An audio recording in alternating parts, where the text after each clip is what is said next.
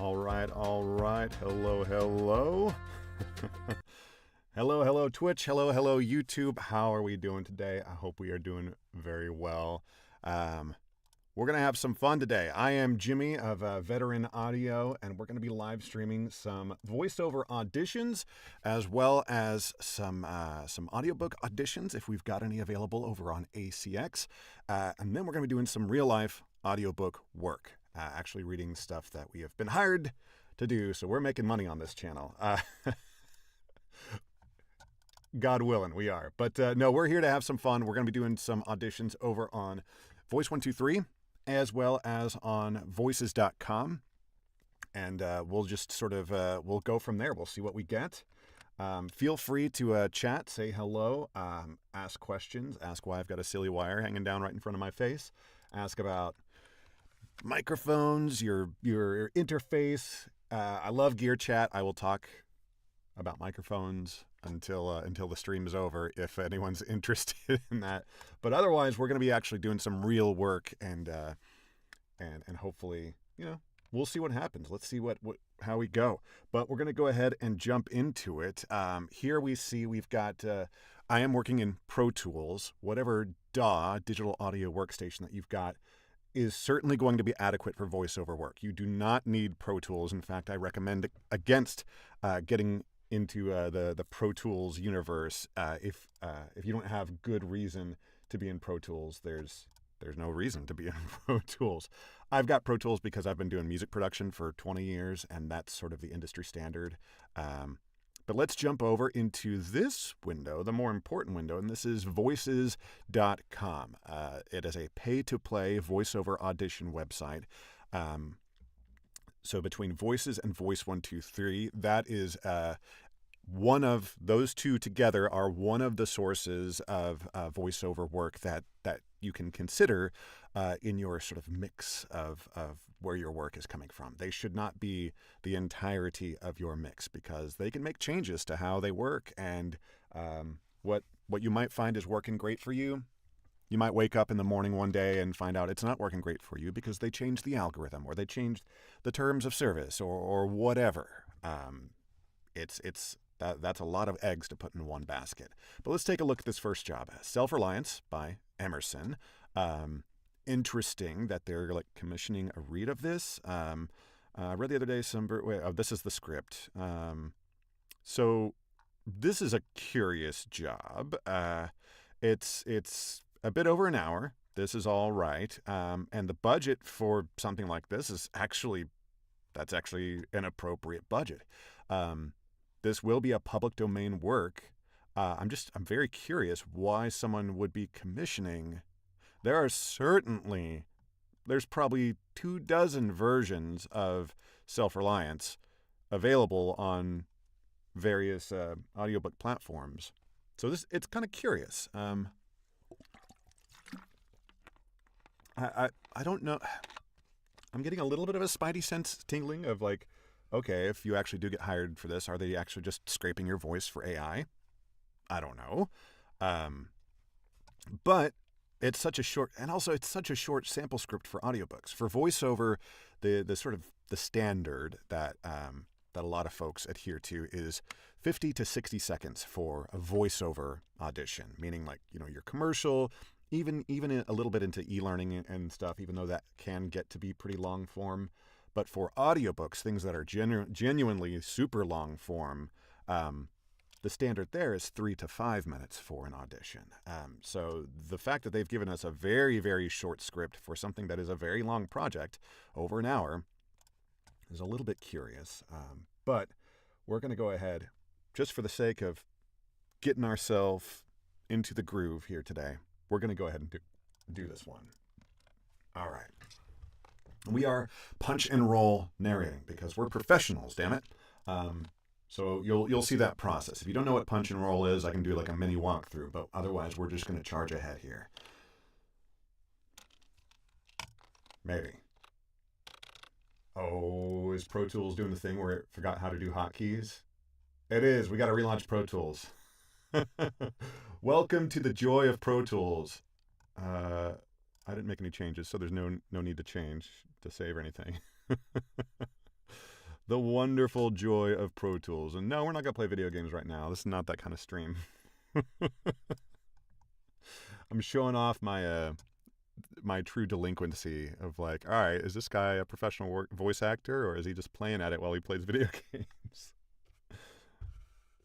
I'm a voice actor, my friends. Yeah, another reason, Pro Tools, and particularly the parent company here, Avid, the bane of my existence, but this is the software that I'm locked into basically until I die. So that's life.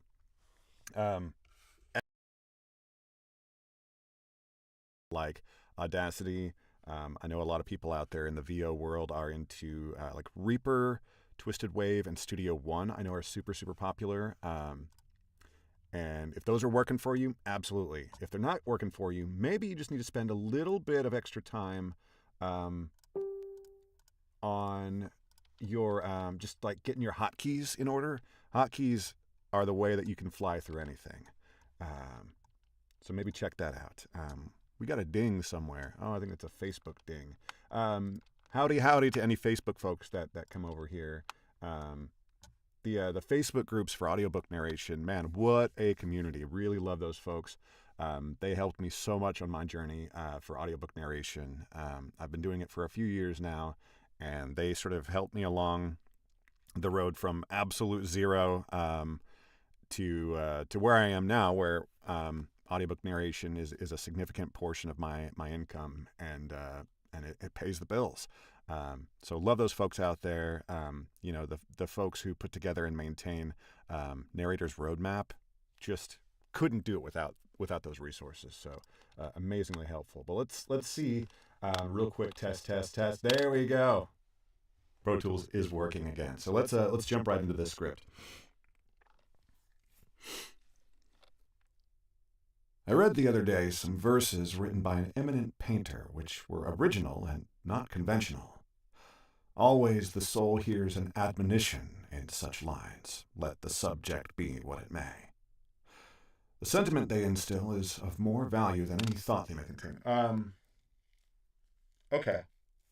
So this is Ralph, old Ralph Waldo Emerson, talking about, I guess, some. It's not criticism of his work. It seems like the verses were unrelated to his work. We're doing a little bit of just like very quick and dirty script analysis here, just trying to figure out what Emerson is trying to say, and to make sure that we're on base in what we're saying. And so yeah, that feels good. But we're gonna give another crack at it. I read the other day some verses written by an eminent painter, which were original and not conventional. Always the soul hears an admonition in such lines, let the subject be what it may. The sentiment they instill is of more value than any thought they may contain. All right. Got a little bit of a... We live pretty near to a main road. I live in the state of Maine, so that's not a joke. It's a main road. And our booth does a really, really good job of eliminating 95% of sounds. We really constructed this booth well. But when the truly gigantic vehicles rumble by, this is actually, you can actually see it in the waveform. It's this little line here that's a little thicker than here. This is what you want to see. There's nothing there. That's dead silent.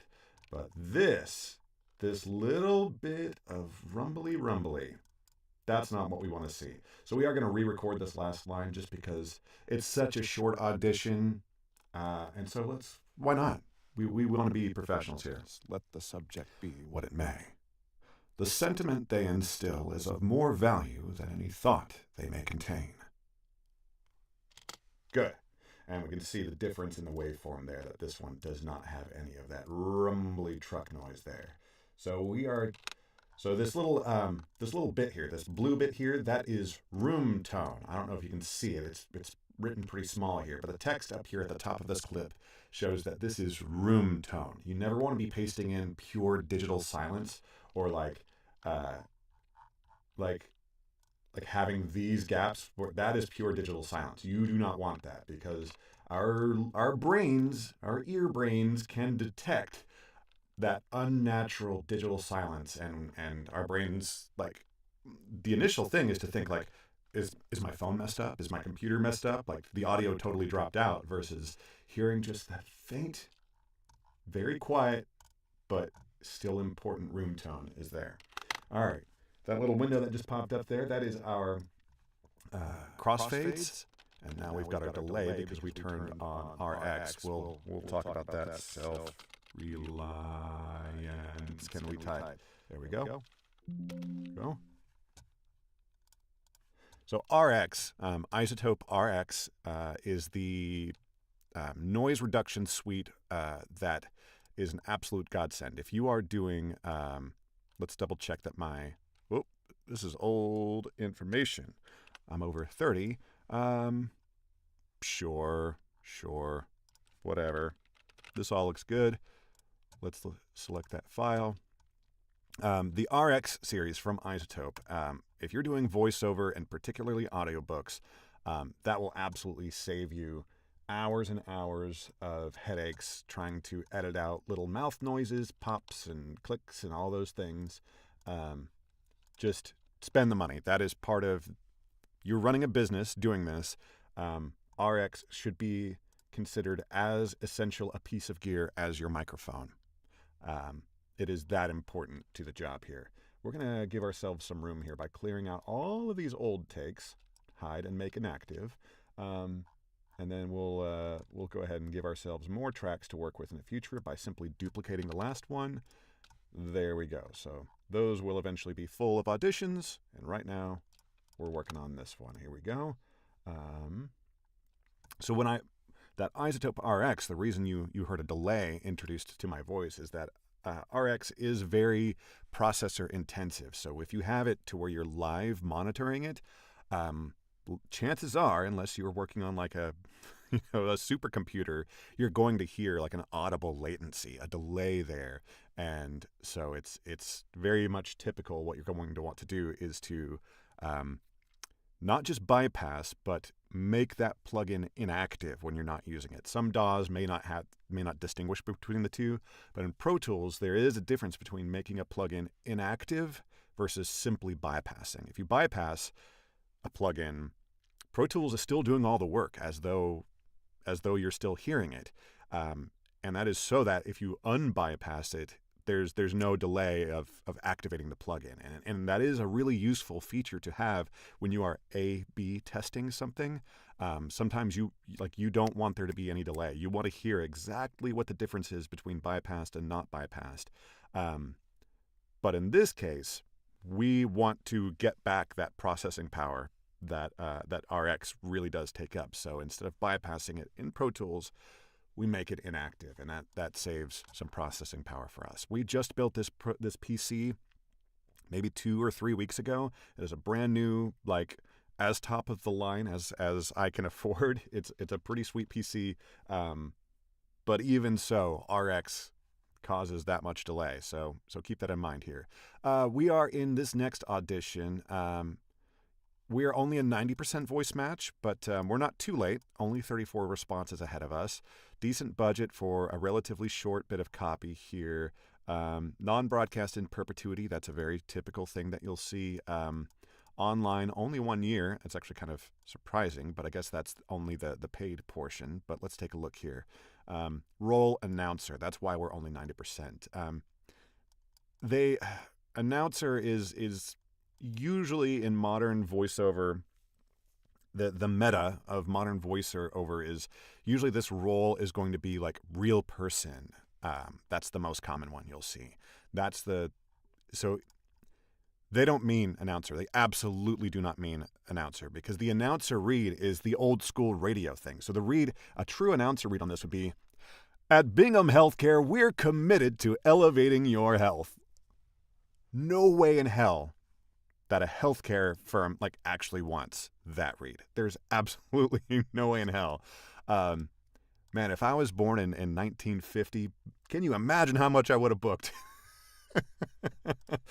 I was born speaking the announcer read. But the real person, in fact, you might even go so far as to say they don't want the COVID read. The COVID read is that's the absolute opposite of the announcer read. So they want the real person read. Absolutely, this is what they want. They want something closer to "At Bingham Healthcare, we're committed to elevating your health. So whether you're swinging at a fastball, surely, or just perched on the couch, fly on over to Bingham Healthcare, where we care for every bird in your flock."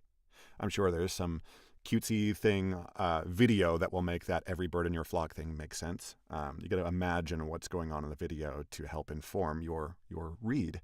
We're going to pass on this one though, for just a couple reasons. The client is a little confused on what announcer means. That has therefore made us only a 90% voice match. The budget is fine, but this actually, someone else, another talent like us, has reported this job posting for having missing or incorrect licensing, which is something that we flagged when we were first looking, that this online, one world, and then 1 year worldwide, and then non-broadcast in perpetuity, those are a little strange. Part of why we're going to skip this one also is because we don't want to do the research on how to pronounce this word, so we're going to pass on this one. For a stream that is labeled doing live auditions, you may be surprised to discover how many of these auditions we don't do. The majority of what we are actually doing is passing on auditions. We've done a good job of setting up our profile to where the algorithm is generally kind to us, giving us lots of 100% voice matches. Super, super important on voices to spend the time setting up your profile. You need to have well-produced demos.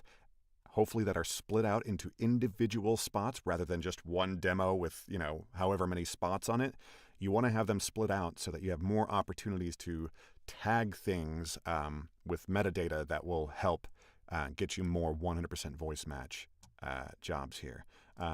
Someone's going crazy with the reporting things for their usage, but non-broadcast in perpetuity for things like if it's going to go up on some landing page like so-and-so lawn care, like welcome, like we're professionals and we'll cut your lawn, that's non-broadcast in perpetuity. Like, how frequently are they going to really need to update that video? And it's just going to sit on their website and get maybe 100 views a year. And so non-broadcast in perpetuity is fine for something like that. If it's something that's going to be, and for something this length, absolutely, that's what you expect. Same thing for like HR videos, or like, new hire onboarding type stuff. Welcome to the so-and-so family. Like, oh, here's what you need to know when you're working here. Those kinds of videos you expect non-broadcast in perpetuity. And again, they'll tend to be longer. They won't be a 15, a 30, or a 60. So I don't know why someone reported this. This seems fine, but let's look at the copy and see if we learn any more clues here. We've got copy posted as a PDF, which is totally fine. Here at Axalta Mobility, unrivaled services are cornerstone.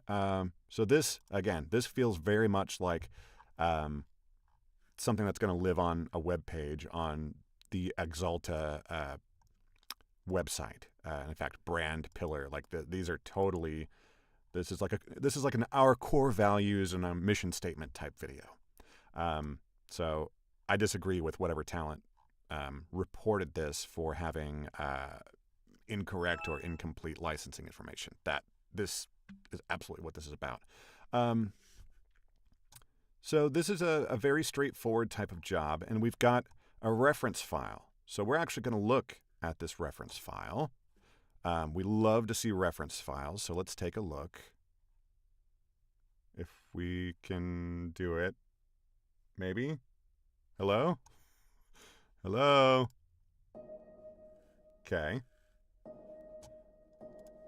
We stand at the precipice of a transformative era for our industry, a time defined by innovation, responsibility, and a relentless pursuit of sustainability. Across the globe, the call for reduced VOC's emissions, diminished CO2 footprints, and the are not mere aspirations. Okay. They are. So we don't really know what that is. That didn't seem like axial. So maybe it's just a style that the client liked, and they're like, yeah, something that sounds like this. Little strange, but not. Again, not outside the realm of appropriateness or anything. So let's go ahead and do this one. We're a little bit late to this one. We should perhaps be starting the stream, maybe an hour or two earlier than we have been, but that's okay. Because we've got 46 people in line ahead of us, and by the time we actually get this thing done, because we spent a lot of time yapping on this channel. By the time we actually get this thing done, we'll probably be over 50, which is about when I start skipping jobs. If there's 50 people in line ahead of me, it's very unlikely we'll get hired, but it's always good practice, and it's all about the stream here. So let's go ahead and do this. We're not going to read the header there. That's service. We're going to assume that that's going to be a visible title on whatever video that we've got here. So we're just going to read the paragraph here. Here at Axalta Mobility, unrivaled service is our cornerstone. While others purely push products, we prioritize partnerships. Our commitment goes beyond delivering coatings. We're the nimble, responsive experts that our customers trust. And we earn that trust every way we can. From pioneering research and development to being a guiding hand on the factory floor, we're the ally that's there, day in and day out. Service. It's what makes us Axalta Mobility. Here at Axalta Mobility, continuous innovation drives our every move. We lead the transformation, evolving the industry by constantly seeking and delivering new solutions primed to meet our customers' ever-changing. We're getting out of breath a little bit. We lead the transformation, evolving the industry by constantly seeking and delivering new solutions primed to meet our customers' ever-changing needs. From cutting-edge coatings to revolutionary processes like NextJet, innovation isn't just a buzzword, it's who we are. A team committed to challenging the status quo and pushing the boundaries of possibility. Innovation. It's what makes us Axalta Mobility. All right. 2 full sections read. That's going to be more than enough. That'll put us well over that 50 to 60 seconds of copy. So we feel confident in just editing what we've got here and submitting it. So we are, because we didn't do proper punch and roll, we are going to kind of have to listen as we go here. Here at Axalta Mobility, unrivaled service is our cornerstone. While others purely push products, we prioritize others purely push products. So here's that edit there. While others purely push products, we prioritize partnership. Hello? Partnerships. Our commitment goes beyond delivering coatings. We're the nimble, responsive experts that our customers trust. And we earn that trust every way. This is a rare spot where I'm going to delete a breath. And this is about pacing, not about just removing the breath for the sake of it. Humans breathe. AI doesn't breathe. So if you deliver a script that is completely void of breaths, a potential client might rightly think like, what the hell is this? Is this an AI voice? You don't want to do that. So you need to have a good reason to eliminate a breath. And here it's because of the pacing. I needed to catch my breath to continue delivering this line. And that caused this break to be longer than it really should be in the context here. So let's hear the new gap. Experts that our customers trust, and we earn that trust every way we can. From pioneering research and development to being a guiding hand on the factory floor, we're the ally that's there, day in and day out. Service. It's what makes us Axalta Mobility. All right, that's all good. Here we go. Here's our new gap. Mobility. Here at Axalta. Okay. Delete that whole bit there. Mobility. Here at Axalta Mobility, continuous innovation drives our every move. We lead the transformation, evolving the industry by... Now, I think we reread this whole section here. Where was that, though? Let's see here. I think maybe here. We lead the transformation. We actually like the first version of that, so let's just keep the first version. We've got a little bit of truck noise here, but I think it's covered up enough by our narrating. And again, we've got an EQ stack, our mastering stack, if you will, where we've got a high-pass filter, so the very low rumbly frequencies are, for the most part, going to be cut out. If this was final product being delivered to the client, we would absolutely re-record this line. We really make sure that we deliver 100% clean audio for final product. But for an audition, I don't think the client's going to be listening that closely. They're not going to be bringing up a spectrogram or whatever, a spectrograph to like look at our... No, they're going to be listening to this on like laptop speakers or something. And so we're going to be fine. We lead the transformation, evolving the industry by constantly seeking and delivering new solutions primed to meet our customers. Yeah, we've got those. Primed to meet our customers. So instead of, for this, instead of making the cut at the word primed, I like to make the cut a little bit further into the new line. So this big peak here, this is the word primed, and this is the word primed, where you can actually delivering new solutions primed to meet our... So we're going to keep the original primed, and have that lead into the new read for the rest of the sentence. Let's hear that. New solutions primed to meet our customers' ever-changing needs. It just gives it a more seamless transition when you're able to blend old with new a little bit more. That transition to new take can sometimes be jarring if you do it at the beginning of a line. So I like to sort of find a good safe spot to make that transition a little bit further into the sentence. So Customers' ever-changing needs. From cutting-edge coatings to... this is another spot that we're going to delete a breath because, again, this is about pacing, not about, oh, we don't like breaths. Ever-changing needs. From cutting-edge coatings to Perfect. revolutionary processes like NextJet, innovation isn't just a buzzword. It's who we are. A team committed to challenging the status We're quo gonna leave that and breath. pushing the boundaries of possibility. Innovation. It's what makes us Exalta Mobility. All right, that's going to be good to go. We're spending a little bit more time than we normally would on these auditions because we're chatting. Exalta brand pillars, sure. And let's do this so that we don't have that RX delay coming through the stream anymore.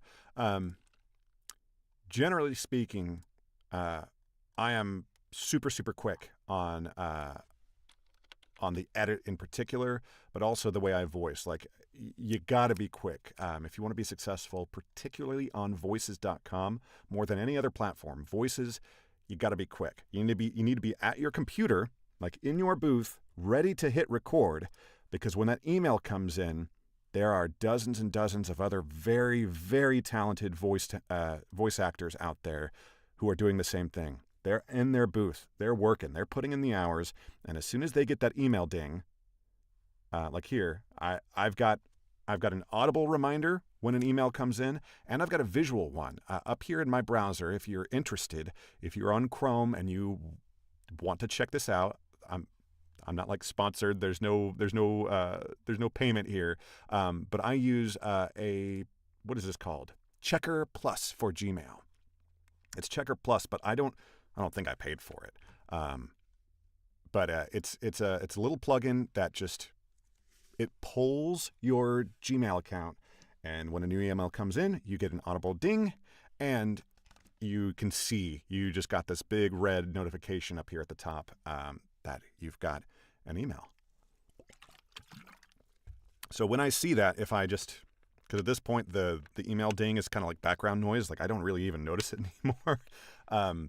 But I will see that red notification, and I'll check it. And if it's a voices.com audition, I will typically drop what I'm doing, and I'll at least check it out, see if it's worth doing. Because being early, you don't want to have 47 people in front of you.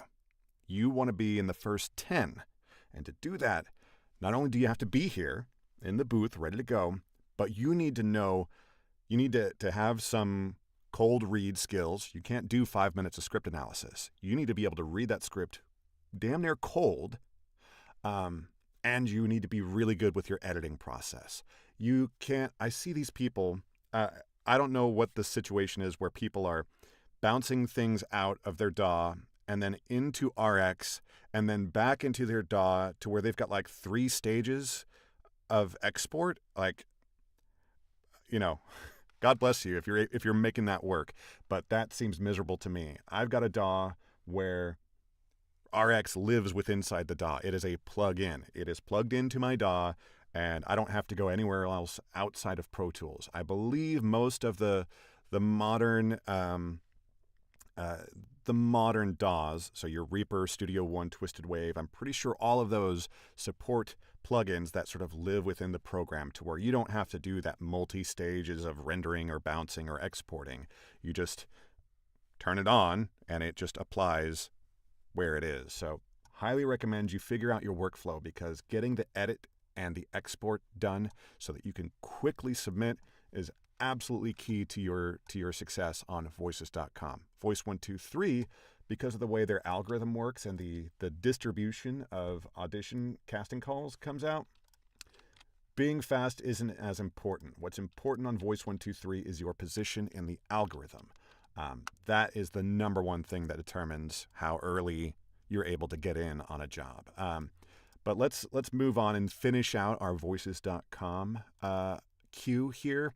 We're going to pass on this one because we're only a 90% voice match. There are nearly 50 people in line ahead of us, and it's a pretty low budget. It's an animation, which is it animation or is it an ad that happens to be animated? Those are different things. So often you'll see things in the animation category. I am not an animation voice actor. There was a time where I was really well practiced on doing big and crazy voices and things. But just because of the kind of work that I've done for the past 20 years, I haven't had as many opportunities to play. And that, I think if you talk with successful animation voiceover talent, you get the sense that these people play all the time. And I'm trying to build that muscle up. And so I'm trying to play more so that I feel more confident in true animation category. But I would bet, in fact, we'll look real quick. I would bet that this is not a true animation job. Let's take a look here. A short, engaging trailer-esque video for a company's sales team to use. Modern, fresh, cool, collected voice to feel real, grounded, down to earth, and relatable. This is not an animation category video. Maybe the video is animated, but that is different from being an animation category video. So this is just, we should be a 100% voice match on this. If this category was instead a video narration category, which is what it should be, we would be a 100% voice match. And so maybe we would actually consider doing this job. But because we're a 90% voice match, we're going to be even further down in the queue among these 48 responses than we might otherwise be. So for those reasons, we're going to archive that job and pass it. Likewise, we've got an 80% voice match. This is interesting. Voice assistant. You're seeing more of these. I'm very curious about this. Will be used as a lead into a Halloween. So this is a wildly incorrectly categorized video as well. Voice assistant has a very specific, like, this is Siri, this is Cortana, or Copilot, I think is the new video Windows product. This is not a voice assistant category. That's not what this is at all. In fact, we're going to report this just because, like, it's wrong. Incorrect. What is this? We're going to say performance details, and we're going to type in not a voice assistant job. We're gonna do that. We want voices.com to know that, like, hey, maybe they need a little bit of client education to make sure people aren't categorizing things totally wrong like this. But like, among these 44 responses, I'm wondering what the average voice match is, because, like, how many people out there have a voice assistant demo? If you have one, please let me know. And in fact, give me a link, because I would love to hear other people's voice assistant demos. Like, that's not something that I've done. Like, sure, that'd be great and interesting work if you could get it. It's the one spot that an AI voice is really appropriate.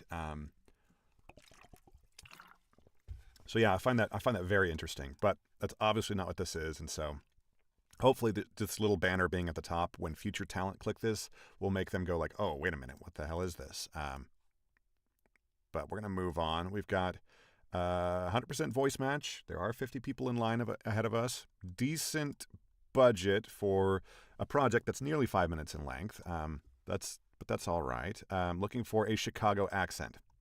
That is not us. In an audiobook, if I've got a character that where this is appropriate, I will do the study and the practice to get to where I can deliver it in a way that I feel comfortable with. For a spot where, like, that's the entire identity of an entire 5-minute spot and Chicago people are going to be hearing it, absolutely not. That's not us. Voice actor, know thyself. That's the mantra of this channel.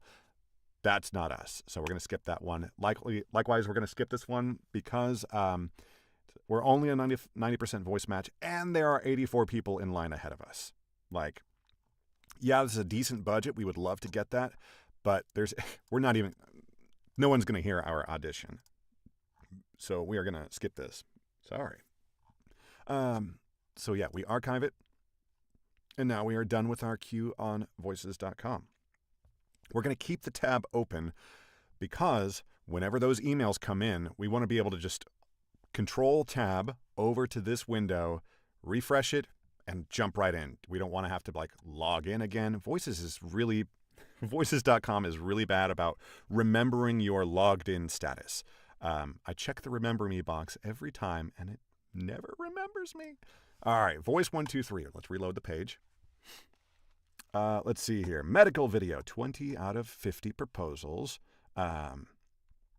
We've got looking for a welcoming casual read.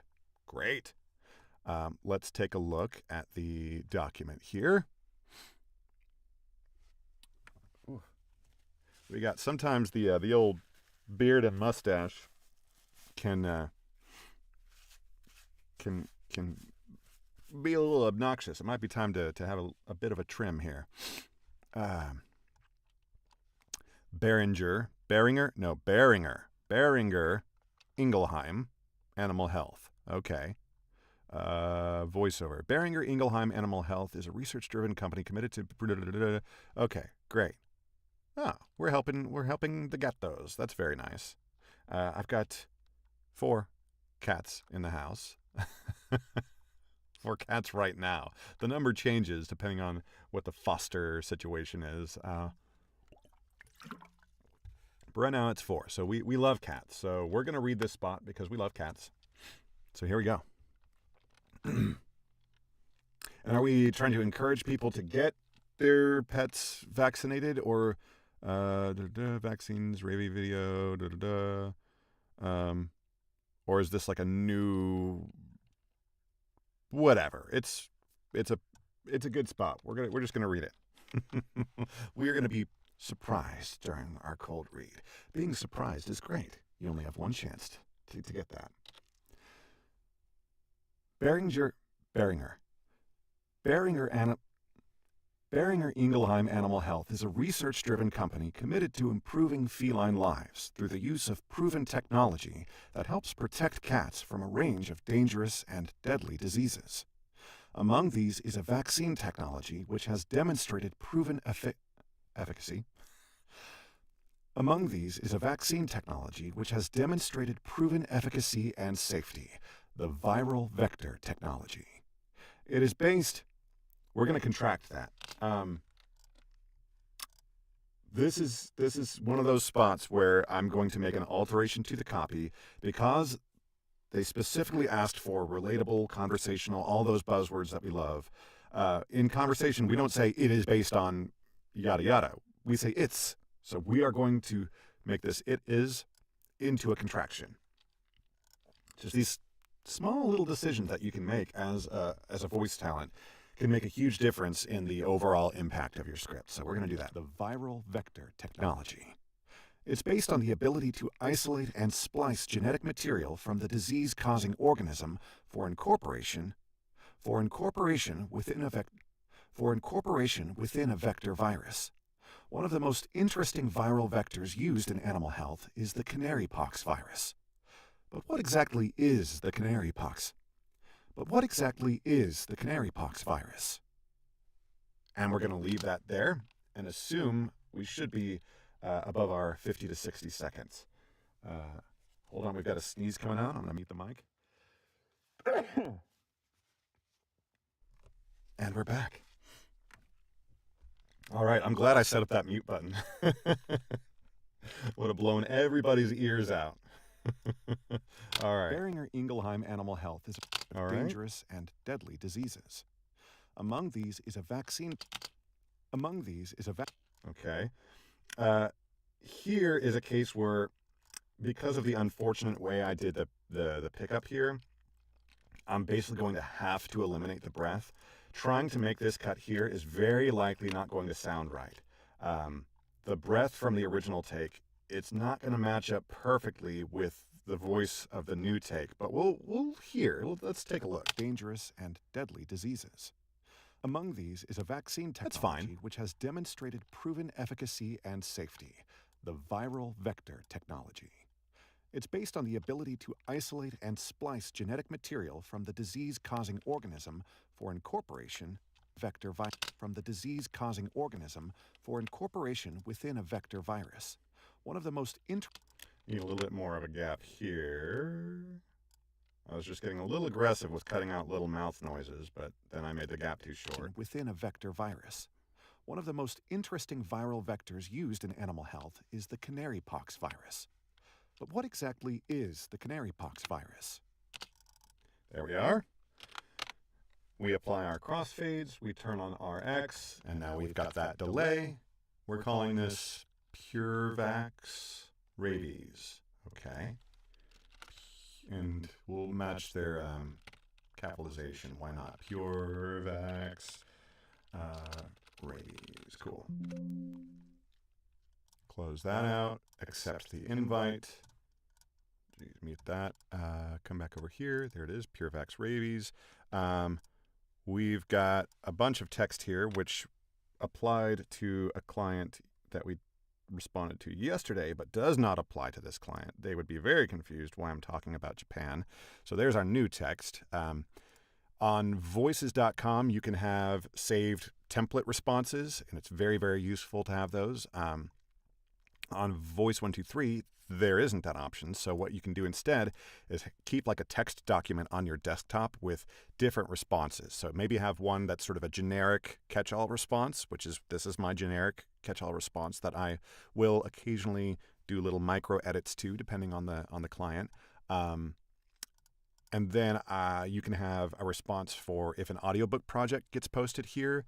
You can have a response for, different genres of clients. So maybe you have a response for commercial. You've got a response for e-learning. You've got a response for animation. And so it's useful to have those. So there we go. We've got a fixed budget. Love it. That way I'm not having to sort of roll the dice with a quote. We're going to hit submit, and there we go. All right. Let's take a look. Actually, something I like to do just to clear up some real estate here is to eliminate the projects that we know that we're not going to submit auditions for. So the easiest way to do that on Voice123 is to just, if they have more proposals than they initially requested, we're not going to submit for that because it's almost impossible that we're going to get listened to. So this one, we're at 26 out of 25. Just close that out. Don't even look at it. This one, oh boy, you can get so excited about this budget, but they're already over the requested amount of proposals. You're not going to get listened to. You're wasting your own time, and we need to value our time here. We're at 15 out of 15 up here. Down here, we're at 34 out of 25. Close that out. Next, things that are looking for a quote. It's very rare that I will submit a project on Voice123 that is looking for a quote, and that is because of the algorithm, the way the algorithm works. What we're going to do real quickly is we're going to switch over from full screen on the stream so that I can look at all of these and make sure that the client on all of these has used the anonymizing feature that is within Voice123 for client names.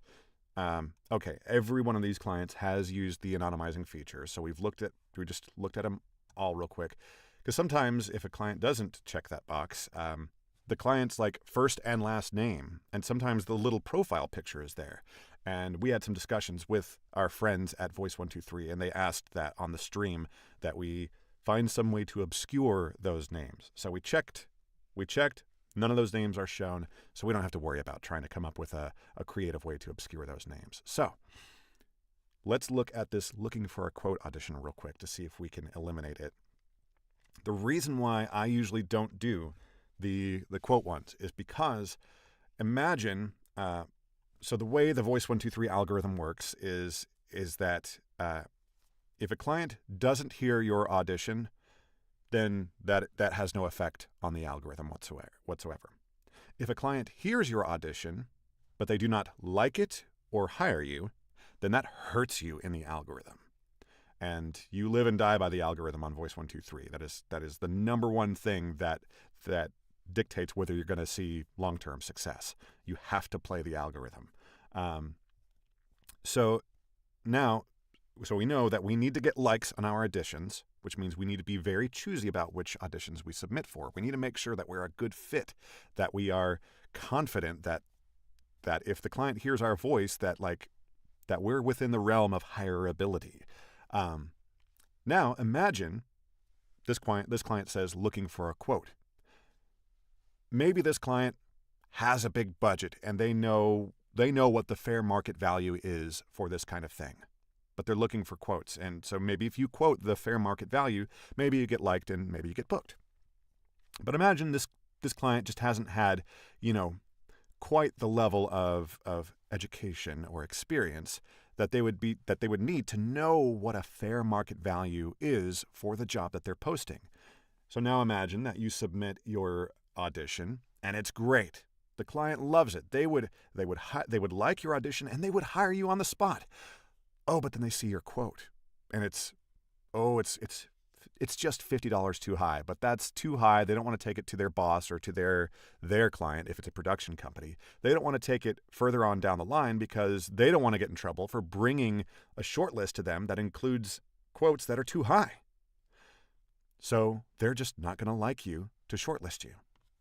So you have done your job of picking a job that you're well suited for, submitting a great audition, and submitting a fair market value quote, but because of the client's inexperience or lack of education, or maybe they're trying to get people to lowball them. Maybe that's why they're looking for a quote. Not saying that that's what this client is doing, but it for sure happens out there. All of this is to say, it is very rare that we are going to feel confident enough to submit a job that says looking for a quote, because of the way the algorithm works on Voice123. I wish that wasn't the case, but that's a very, very real thing that you need to be aware of and concerned about. So we're going to pass on this job. Everything else has a budget listed, and we're just going to start at the top and move our way down and see if we want to do these. Let's see here. Spectrum movers, yada, yada, yada. What's going on here? Movers, voiceover, book, scripts. Okay. So we've got Spectrum in my area. So this is a product that I'm familiar with. In fact, this stream is being transmitted through Spectrum Internet. So this is certainly, all of this makes sense. All of this seems good to go. Spectrum, you're not home until you're connected. When you can set up secure advanced Wi-Fi in minutes, you can feel at home in minutes. Get moving with Spectrum. So is this the card? Wait. Oh God, everything's highlighted. I thought, why am I still highlighting? So is this the card or is this the voiceover? Are we these are very redundant.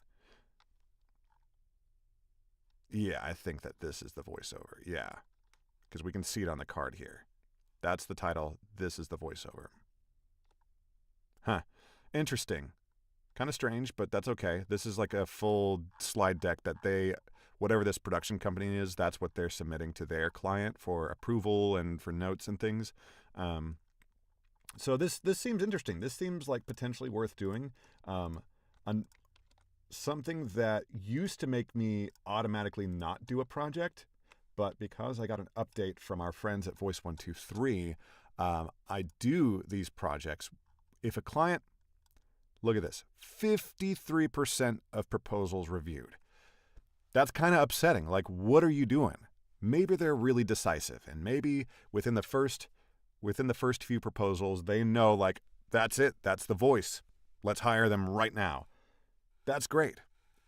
Otherwise, I don't know what the hell they're doing, where they're only reviewing half the proposals they get. What are you doing? Why are you requesting 50 proposals if you're only going to listen to 27 of them? Why not just request 25 proposals? I just don't understand it. It's just very strange. But let's see here. We're looking to cast an engaging voice for our Spectrum Movers 15-second spots. There are 4. Voice should be modern, confident, strong, yet approachable with a slight wink of humor. They should welcome our new viewers in, yada, yada, yada. For references, look at all this detail. This is great. For For references, think of Jennifer Aniston, Rashida Jones, or Scarlett Johansson, as well as any male equivalent. So, what do you want?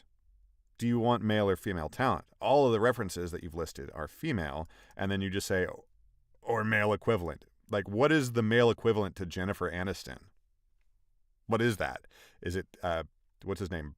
Brandon Scott, Adam Scott. Is that it? I don't know. I don't know what that means. What's the male equivalent of Scarlett Johansson? Like, what is that? But whatever. We get a broad sense of what they're looking for. We're grown-ups. We can figure it out. And this actually looks like something that we do want to submit for. So let's go back to the copy. We're going to quit whining, and we're going to hit arm, and we're going to hit record. You're not home until you're connected. When you can set up secure advanced Wi-Fi in minutes, you can feel at home in minutes. Get moving with Spectrum One, $49.99 internet and advanced Wi-Fi. Maybe they want the word plus. $49.99 internet. $49.99 internet plus $49.99 internet plus advanced Wi-Fi plus one unlimited mobile line free for 12 months. Let's just give them that one. It seems like these are all similar enough. They don't need to hear us repeat the same opening line 5 times. Like, these people are going to know. You're not home until you're connected. So we want to get that first line just right. Generally speaking, you're only going to get the first 3. OLV 2003, what's going on? What's happening here? We're doing auditions. We are on voice123.com. That is one of the big pay-to-play voiceover audition casting websites. And we are doing live auditions. So this is real paid work that we're trying to get here. And we are live streaming the very, very real process here. So for folks out there who are, maybe they're already in voiceover or they're just trying to get into voiceover, maybe interested in it, this is what the work really, really looks like. I'd be interested, if OLV, I don't know what else to call you. Are you Olivia? Are you I'd be interested, how you found the channel, and if you're interested in voiceover, or if you just found this in your discovery feed and what the hell's going on here? But that's what the hell's going on here. We're doing some auditions. We're trying to make some money. So let's see here. But we're gonna read just this first line again, and then we're gonna edit everything else that we've got. You're not home. You're not home until you're connected. Feel okay with that? Drag that over. Just browsing, and you stumbled across this. How funny! Yeah, this is not exactly a your standard just chatting feed, I bet.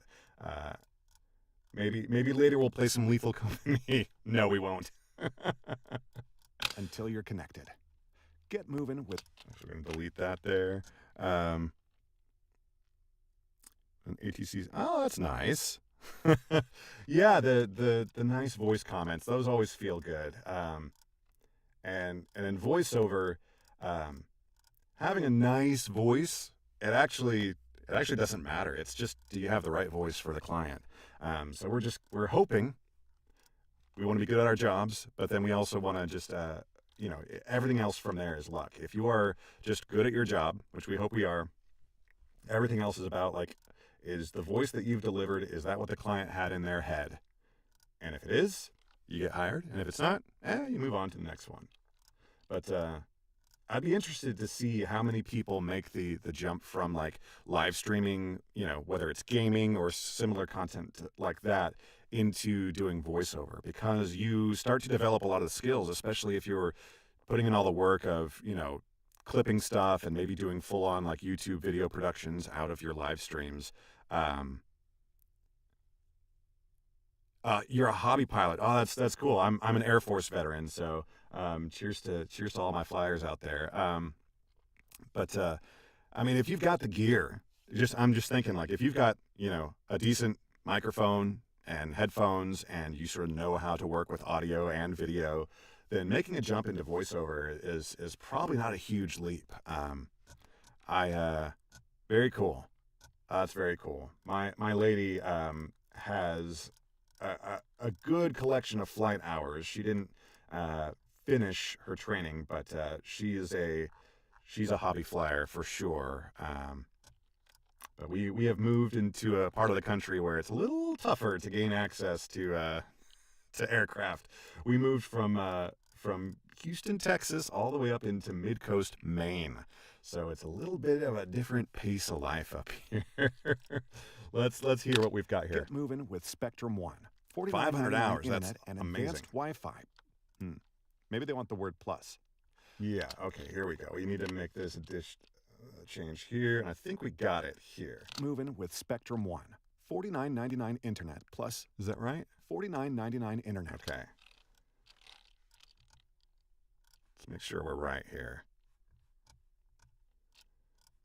That's awesome. Flying is so cool. Like I was Air Force, but I was not a flyer. My job was I was a propaganda artist. I was doing audio, video, and photo for the U.S. military, and so that did put me on a lot of interesting aircraft, mostly shooting video in those cases. And so I got to fly with a lot of different services. With the U.S. Navy, Army, and Marines, with the British Air Force, with the I hitched rides with the French, with the Poles, in Afghanistan. Our friends from Poland they'll give you a ride. They're friendly folks, and sometimes you'll take any ride you can get. With Spectrum One, $49.99 internet plus advanced Wi-Fi. That T was kind of weird. We might simply attenuate it. An internet plus an internet plus. Strange there. We're going to take the last half of this, and we're just going to attenuate it. We're not going to cut it completely. We're just going to drop it by about 14 dB and see. 99 internet plus advanced Wi-Fi plus one unlimited. I think we're going to take this Wi-Fi one. plus one unlimited mobile. Unlimited. Plus one unlimited mobile line free for 12 months. And I think that's everything. Yep, that's it. There we go. We're going to grab everything, hit our crossfades, turn on RxD, click, and bounce that out. We're calling this Spectrum Movers. Spectrum Movers. Go. And we go back to the job posting, accept the invite. We've got 21 people in line ahead of us, which is not so bad. And this is all good to go. Here I will put a note that I am a Spectrum customer.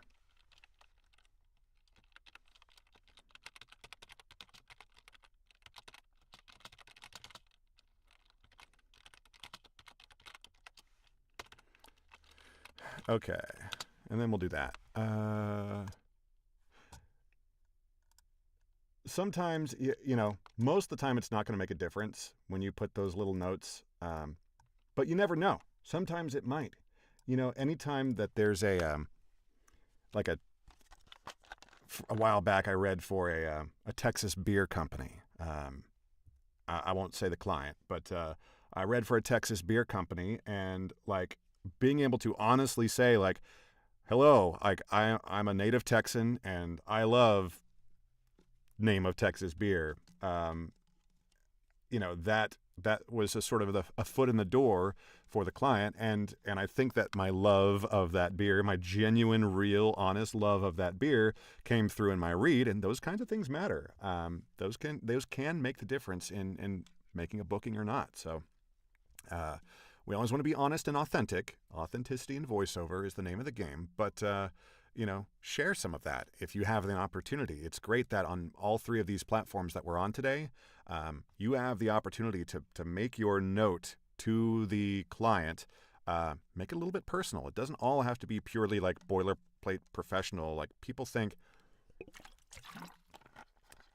people can be on either side where I'm just having fun. I'm a freewheeling, whatever, and not take things seriously. And that's bad because you are running a small business. If you are really trying to do voiceover, then you are running a small business and you need to take it seriously. Like if you start booking, then you're going to have to pay taxes on what you book and things like that. So you need to take it seriously, but at the same time, don't get so caught up in like needing to appear, official and legitimate that you can't inject some humanity in the way that you interact with clients. So here's a golf thing.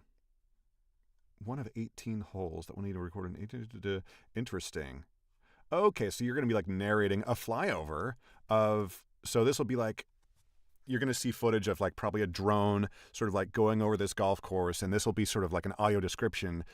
This hole features a very large bunker in the middle of the fairway of this 266 to 345 yard par 4. If you stay short and left of the bunker, you're faced with a greenside bunker you must carry when the pin is in the middle. We're going to skip this because I'm not a golfer, and I don't know exactly how a real golfer would inflect a lot of these terms. Like this is a case where if I was doing an audiobook, I would call up my brother who's a golfer and I'd be like, hey, how would you say this sentence? You would do a little research to make sure you're getting things right. With auditions, we want to be fast and snappy. And so we're going to preserve our opportunity cost by simply declining this. We're going to decline it from the main view here because we don't care about putting anything in that pop-up there. Fiesta Latina 2024. Chances are we're not the right talent for this, but let's look at it. Annual on-campus cultural event. Western New Mexico University proudly presents the 6th annual Fiesta Latina.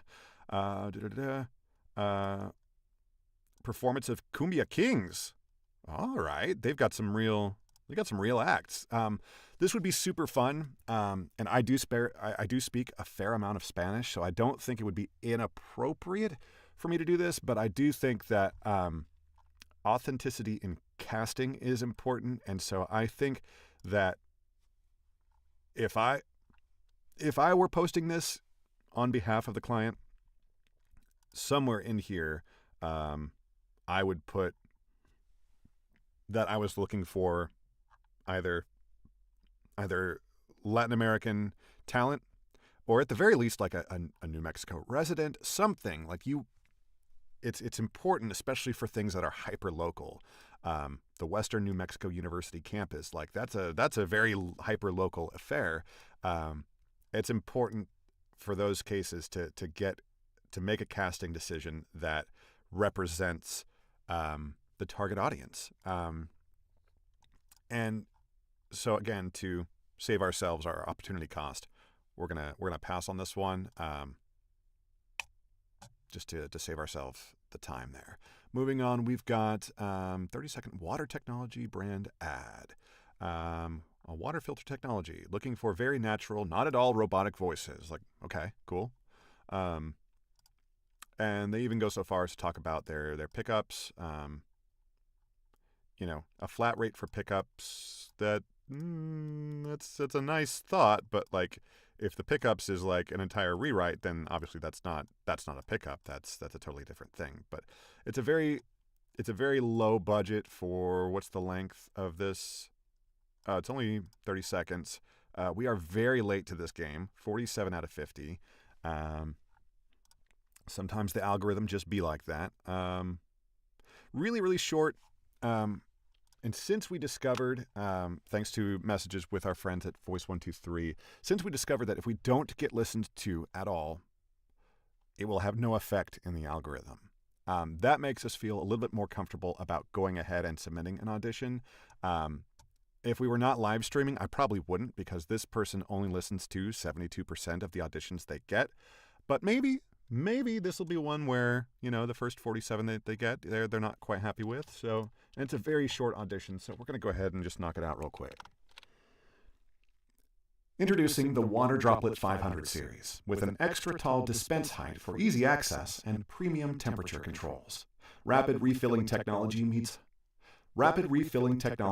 high quality stainless steel construction. Rapid refilling technology meets high quality stainless steel construction. A little bit marble-mouthed on that last line, but the last line isn't what's important. It's the first 3 seconds of the first line that will determine whether you get the job or not. Let's listen to this transition and Temperature controls. Rapid refilling technology meets high quality shorter. controls. Rapid refilling. That's fine. That's it. It's that fast. Turn on our RX. This is, what's the brand? Do we know? We don't know anything. Water Droplet 500. Sure. Water Droplet 500. Go. There we go. Accept the invite. Turn those off. Drop this in. Make sure and replace this with our copy paste. There it is. Submit. And there we go.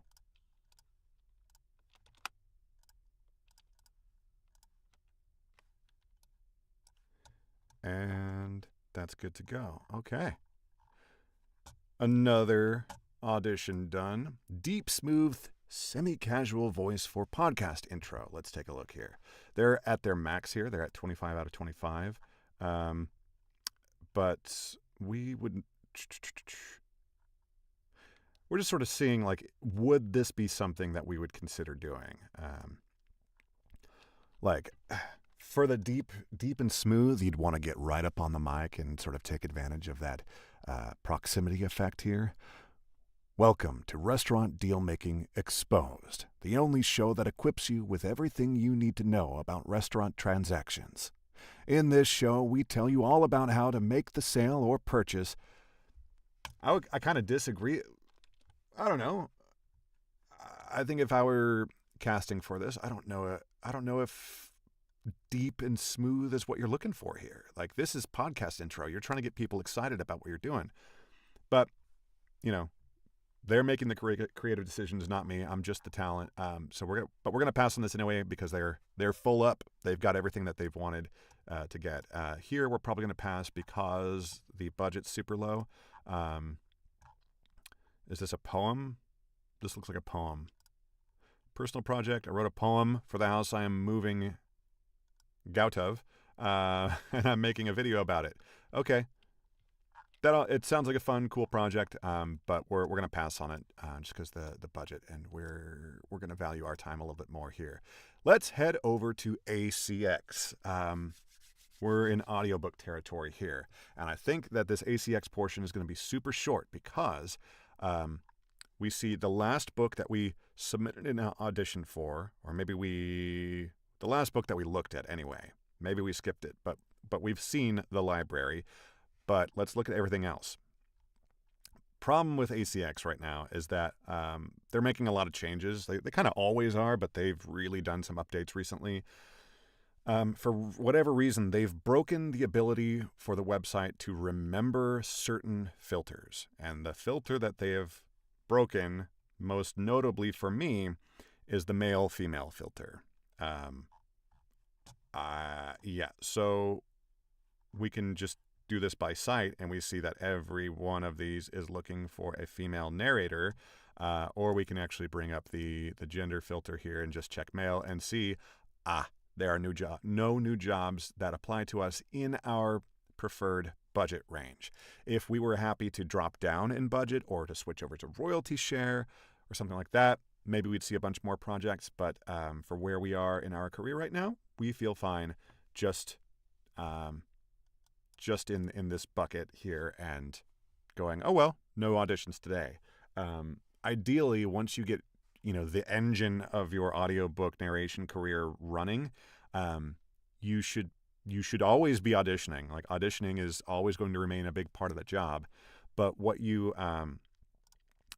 should be getting a greater and greater portion of your work as time goes on from repeat clients. So authors or rights holders who are coming back to you for book 2 of the series or whatever sequel. Once you get to where you're working with production houses and publishers, then they're just going to be sending work to you. We've got a little bit of that action going on, but we have yet to land anything with the big 5 publishers. But one day, if we keep at it, hopefully one day we'll get there. But we're happy where we are now. We're we're finally up to to earning a decent living off the audiobooks that we do get, and then that sort of income mix. It's important to me to have a mix of income. So between voiceover, audiobooks, between all the music work that I do, and some other freelance stuff that I'm involved with, an income mix will help you to ride out some of the ups and downs of this and any other industry. We like to have our eggs spread over many, many baskets. All right. Now, we are at the end of our Voices, Voice123, and our ACX audition journey. So what we're going to do is we're going to do some real-life audiobook work. So we are going to, let's see here, where is this going to open up? We're going to open up our script for the audiobook that we're currently working on. We're very excited because the author has authorized us to narrate this live on the stream. Not every author would do that, and it would be very understandable if the author said, you're not doing that. But this is a case where the author has approved it, and he's excited about it. The book is called Accidental Healer. It will be available on Audible sometime in June. We're aiming for as early in June as we can get, but it's going to be sometime in June. And this is going to be my first project in a dual narration situation. Every other book that I've done more than 30. Every other book that I've done has been a solo narration project, because the vast majority of audiobooks are a solo narration. Sometimes you'll find those big multicast productions where it's almost like a radio play, and using the term radio play, I think appropriately sets that as sort of an old-timey kind of feeling. And that's okay. Like, some productions work really well for that. And you might even have, like, sound effects and a lot of music and things like that going on. However, the vast majority in fact, Audible, owned by Amazon, they've done loads of research to indicate that most people prefer a simple solo narration with no sound effects or music. If they like the voice, that voice is going to be right there in their head for for however long, while they're driving or, doing chores around the house or exercising. And if you've got dual narration, well, what if the person only likes one of those voices? Well, then the chapters that the other narrator takes over, you're going to have an unsatisfied listener. So there's a risk that comes into play. Obviously, people can dislike a single narrator. Take, Scott Brick. He's probably the biggest superstar in the audiobook space. And there are some people who just hate his voice. And, that's fine. People have preferences. But imagining someone who loves Scott Brick's voice, and then he does a dual narration, and someone just doesn't like the partner, why dilute the great thing that you've got? Romances are really common to have dual narration for obvious reasons. And I know that loads of people, there are like narrator partnerships. Some of the super successful ones are like husband-wife partnerships. And they're incredibly successful because you can feel that authenticity, the chemistry that comes through as they trade off narrating chapters. That is not the case with this partnership. This is not a romance by any means whatsoever. This is more of like a gritty, I don't know if I would call it a thriller. If you ever read American Gods by Neil Gaiman, this is like, it's sort of that. There's sort of a pantheon of gods that are like real, and they do meddle in the affairs of mortals. But it is gritty. There's drug use, there's violence. It is not over the top. This is not a grindcore slasher type stuff. It is not over the top. But there is realistic profanity. So for anyone out there, we haven't marked this as an adults only stream because, in my opinion, the profanity is not over the top. There is realistic profanity. And in fact, in this one, we will double check. I don't think in this one he uses the words. We're double checking. At some point, there's this character who is very much like a mini villain. Eugene is the character, and he uses some slurs.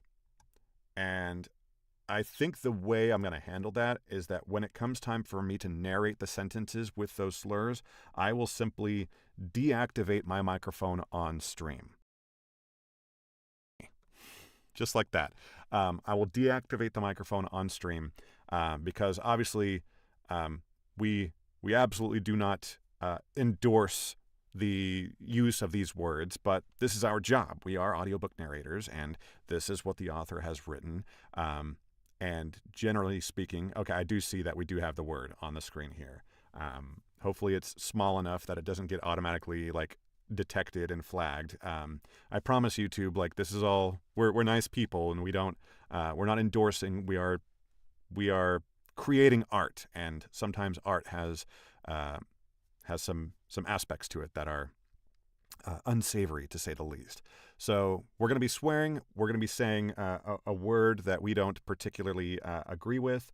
But I personally do have, there are some words that I won't take a project if the word is included, because it's just, I don't want to say it, and I don't want there to ever exist a recording of me saying it in any context. So there are projects that I don't take that include certain words. This is really right up on the line. I don't feel comfortable saying this, but I'm going to be a professional. We're going to say the word, but we're going to mute it on the stream so that we don't get demonetized and blocked and all that. So if you're still watching, if you're still here, we have all come to an unspoken an agreement together that we are professionals, we're adults, we understand that what we're going to be saying here on the stream is in the service of creating art and learning this craft and being good at it. So with all that said, let's prepare and let's make sure we've got everything we need. So we're going to open up our big old giant spreadsheet, and we're going to open up our silly our cube timer here. Cube timer, please open up cube timer. So this is the very silly timer that I use, and this is just for the benefit of having on the stream, but I do use this genuinely even when I'm narrating off stream. It's a timer for Rubik's Cubes. It's really nice, though, because I can just hit space to start it and stop it. And it keeps track of my times over here. So whether you're narrating or you're working on your Rubik's Cube skills, this is a great little website, cubetimer.com. We've also got over here, this is our giant mega spreadsheet where we enter in the times, both for our recording, and then we enter in the times for our edit, and then we enter in the times of the actual finished product, and that yields our ratios. These ratios here are what we sort of live and die by here, this number down here. But all that's to say right now, all we really care about is getting ready to narrate this next chapter. This chapter will take us, it'll take us around 20 minutes, so narrating and then editing this chapter should take us right up to the end of the stream. If you're curious, like, why are all these gaps? Because these ones that I didn't narrate, that's what my partner will be narrating. And I've got a whole column here that lets me know, like, okay, I'm going to be narrating anything with an X. That's me. So I'm narrating chapter 6, chapter 8, chapter 10 and 11, and so on. So I know that I'm narrating chapter 6. I've got it pulled up. Let's double check here that all right. We've got our things ready to go. So let's head back over to here. So we've got our script, we've got our cube timer, and our like many layers of alt tabbing here. We might be a little bit distracted, but we'll be okay. So here we go. Arm the track, and let's get to work. Rubik's Cube timer. Start it. Back to the script. Back to Pro Tools. 6. 8:30 p.m. Mama Maria. And we are punch and rolling. So even when we make mistakes right away. 8:30 p.m. Mama Maria's Southwestern Bar and Grill. Tone it down, Eugene. Ryan said for the final time. "You're making my patrons uncomfortable." He was beyond sick of Eugene's backhanded comments and slurs meant for Lei Tran, one of the town's 2 physician's assistants, who was there on a date with his girlfriend and co-worker, Marcy Green. Tran had moved to town a year before the Menders, and since then Eugene had seemed hell-bent to remind the world what he thought. Friend and co-worker, Marcy Green. Tran had moved to town a year before the Menders, and since then, Eugene had seemed hell-bent to remind the world what he thought of Asians, whatever Tran... Friend and co-worker, Marcy Green. Tran had moved to town a year before the Menders, and since then, Eugene had seemed hell-bent to remind the world what he thought of Asians whenever Tran was within earshot. To Tran's credit, he always ignored Eugene, but the old bastard was on an unusual tirade tonight. Ryan was fed up putting up with... So we're gonna get ready here to pause. Now, when I hit space, is that gonna restart? Oh, that's annoying. That's all right. That's all right. We'll add this 132 to whatever we finish here. We're gonna get ready to mute. So we're actually gonna briefly also mute the Pro Tools playback. So briefly, my punch and roll, you won't be able to hear the roll in. You'll just hear my audio. And then when it comes time to narrate the word in question, I believe it's twice in this chapter. Let's just double check. I don't want to type out the whole word. It just feels icky. Let's see here. Once right here and once right here. Nope. Actually, those. Okay. So it's just the once, right? I'll go ahead and type out the whole stinking word. That's way further. Yes, start at the beginning. This is page 20. Okay, so it's just the once in this chapter. Okay, so that's good. We only have to mute ourselves once. Here we are. So we'll be okay with just double checking. Okay, you can't hear this right now, and that's great. Okay, so now we'll go back over to the timer. It does start at 0 again. That's all right. We can do some addition. We're grown-ups. Here we go. He was on an unusual tirade tonight. Usual tirade tonight. Ryan was fed up putting with... Tirade tonight. Ryan was fed up putting up with his racist crap, small town or not. And he didn't give it... Let's reread that line. Tonight. Ryan was fed up putting up with his racist crap, small town or not. And he didn't give a damn anymore. Small town or not. And he didn't give a damn anymore who Eugene's uncle was or who his great-grand... Okay. Town or not. And he didn't give a damn anymore who Eugene's uncle was or who his great-grand honky-ass might have been either. Great-grand honky-ass might have been... Okay. Town or not. And he didn't give a damn anymore who Eugene's uncle was or who his great-grand honky-ass might have been either. Eugene scowled and redirected his rancor. Some war... Let's see here. And again, okay. It's during this line that we're going to hit our little mute button, but it'll still record into Pro Tools. He directed his rancor.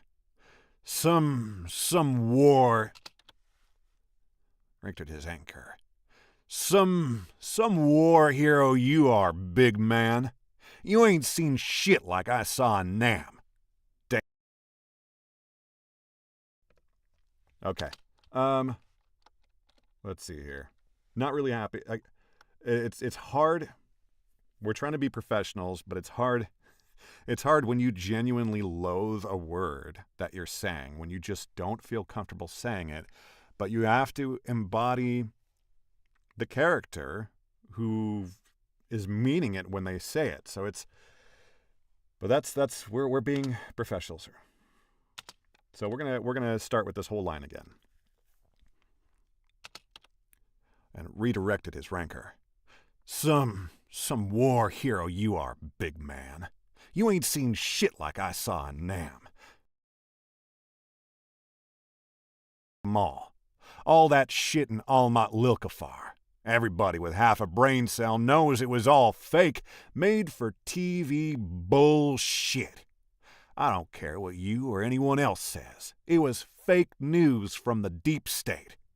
Yeah, you were just a dupe for the military-industrial complex my Uncle Brigham warned us about. Like that Oprah. No, that's all right. Brigham warned us about. Like that overhyped wannabe Nathan Miller. Yeah, you two sure did grease Cranston's asshole for Adamson. Now look where he is. Good job, soldier boy. Ryan grinned as his nostrils flared. He thought of fluffy bunnies, but they kept growing sharp, pointed teeth that could easily rip his fucking throat out. He cracked his neck one way, then the other. He looked at Saint Mom on his shoulder and said, "Yep, Eugene, you're done here tonight. And don't bother coming in tomorrow or any other time after that." Let's get that better. "You're done here tonight. And don't bother coming in tomorrow or any time after that. You hear me?" Eugene's bloodshot eyes widened, and he exploded into a chain of expletives that began with, "I'll tell you when I'm motherfucking done, boy. I've been coming here since before you were sucking on Mama's hoity-toity tit." Ryan was about to release his fluffy bunnies when the earlier forbidding skies opened up and thunder rolled out with a deluge that made it hard to hear anything else Eugene said as he continued to invite death. He was tempted to grab the bastard by his britches and throw his bony ass out the front door. But again, Angel St. Mom suggested he call Charlotte to drive him home, if not for Eugene, for everyone else on the road. Ryan called, but the barista extraordinaire refused. She was in the middle of a Beverly Hillbillies. Refused. She was in the middle of a Beverly... Oh. We're bubbling up. We're okay. All right. I broke a personal rule. I had a little bit of dairy earlier.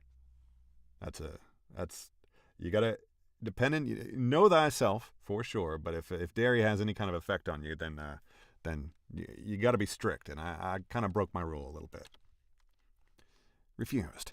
She was in the middle of a Beverly Hillbillies marathon.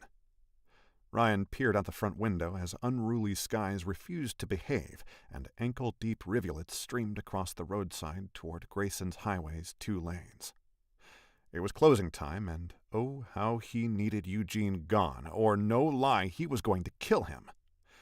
Still, he hated sending everyone else into weather. He huffed and looked over at the bar. Eugene had pulled out his emergency flask and was gulping away as he goaded Ryan to say something or make good on the threat in his eyes. "I hate to do this, but I gotta close up. You guys come back soon. Except you, Eugene. Get out of my restaurant, now." Eugene flipped him off. A few minutes later... All right, let's scroll down here. Eugene flipped him off. A few minutes later, Ryan stepped outside and sighed as he locked the doors. Let's go ahead and we're going to turn the Pro Tools feedback on. We don't have to worry about it anymore, so that you can hear the pre-roll of the punch and roll, so it doesn't seem like I'm doing just some weird magic here. Eugene flipped him off. A few minutes later, Ryan stepped outside. Eugene flipped him off. A few minutes later, Ryan stepped outside and sighed as he locked the doors. The last regulars and a few late-season vacationers ran through the flood to their vehicles. He looked at the door and thought about the mess he'd left. Fuck it, I'll get it tomorrow, he thought. It had been a long day made longer by a few hours with Eugene. Now he wanted to get home to Suzanne in time to tuck Alex into bed. Rain pattered like machine gun fire on the copper awning as he rubbed his clean-shaven brain case. He tightened his lips, ground his teeth, and glowered at Eugene as he swayed back and forth and stumbled every few steps. He sunk in a rivulet, tripped, somehow caught himself, then tried to act like he meant to almost eat shit. Ryan wished he had. Okay, like he meant to almost eat shit. Ryan wished he had but silenced the blazing devil on one shoulder and listened to Angel St. Mom again and...